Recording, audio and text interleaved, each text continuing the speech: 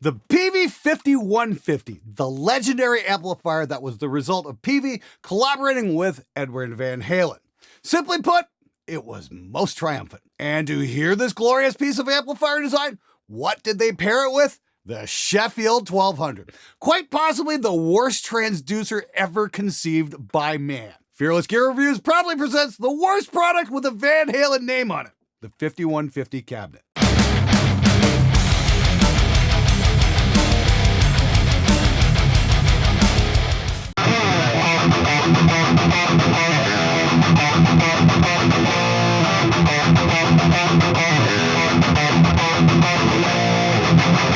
By Crom! How I hate this thing! It's the stuff that nightmares are made of, the original 5150 cabinet. Now, my loathing of this thing got started way back in 2004 when I was working on an album with a band that wanted a In Flames Clayman type of guitar sound. This was before the Sneap forum took off, so I hit up the only place I could find some experts on the subject, which was Gear Sluts. And the advice was not to only use a 5150 amp, but the real secret was the 51 cabinet. According to those experts, anyway. So I had the band dig up one of these cabs and tracked an album with it. And wow, was that ever a mistake, because I wrestled with those tracks for about a year and I was never ever able to get anything useful out of them, no matter how hard I tried. It wasn't the sound we were looking for, and it wasn't even close to anything good. We got a horrible, buzzy, fizzy mess that was completely unusable, and frankly, it would have been right at home coming out of a first-generation Line 6 Spider. This is one of the reasons that I dry track everything these days, so I can reamp into something decent in case anyone ever insists on tracking through one of these sonic abominations ever again. Now, the backstory on the cabinet is well published, and if you want a full rundown, Google is your friend. However, the short version is Edward Van Halen wanted PV to recreate the sound of his favorite Marshall cabinet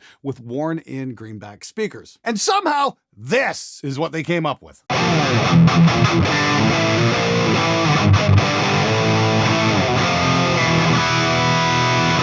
Pardon me, but this does not sound anything like a Greenback, broken in or otherwise. It just sounds like fried assholes.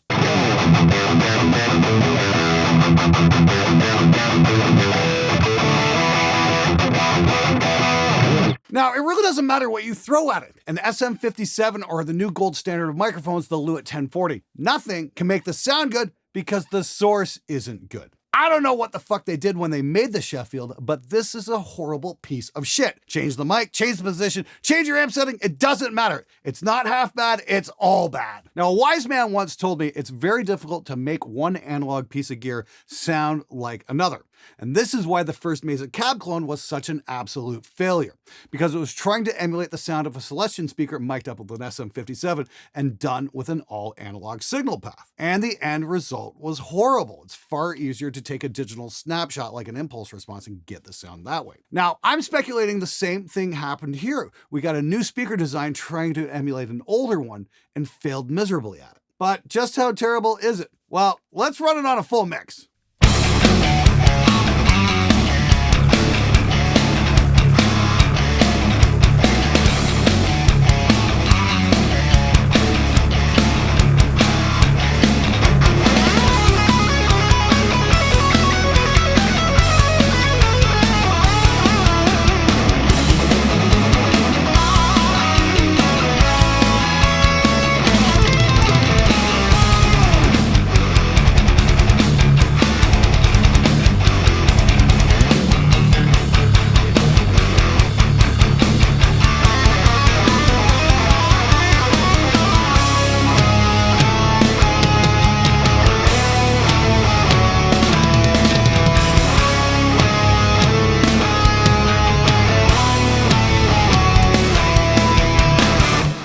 Yep, that is absolutely ghastly.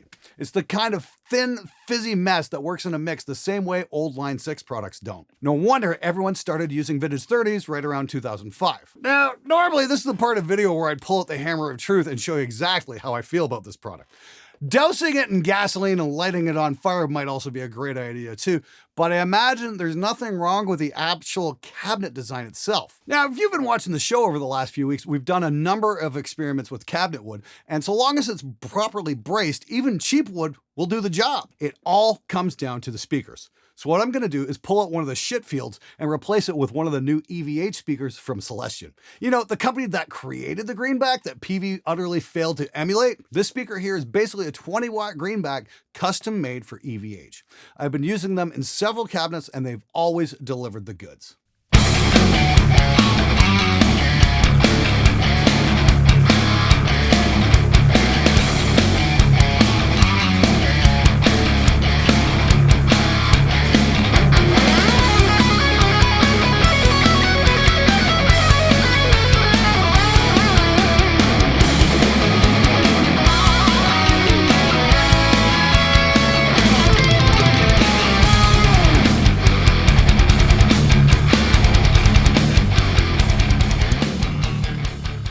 Wow, same mic, same cab, different speaker. Suddenly we went from absolute shit to, damn, that's fucking great. Now, the other thing to consider is blending shit in with the good.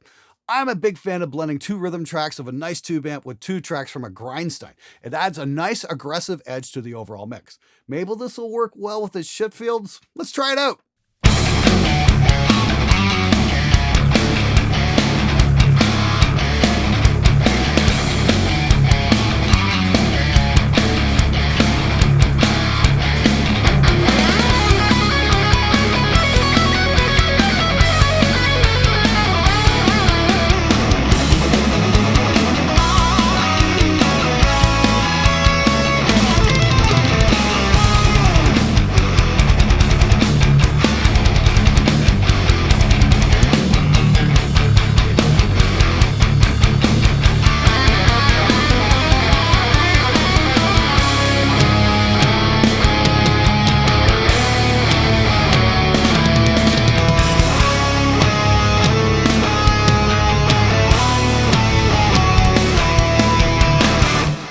Well, even with a blend, it still fucking sucked. To call this cabinet disappointing is the understatement of the century. I could have saved myself a lot of grief in my formative years by just recording a Marshall cab, but no.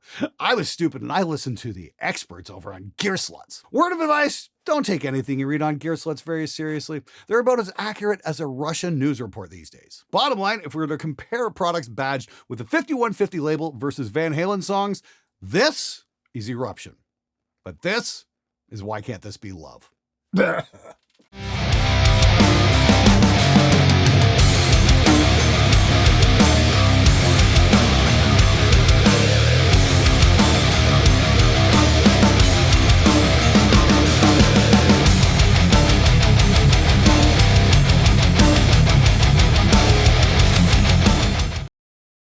Straight from the heart! Oh, tell me, why is this such shit? It's got what it takes. So, baby, why is this such shit?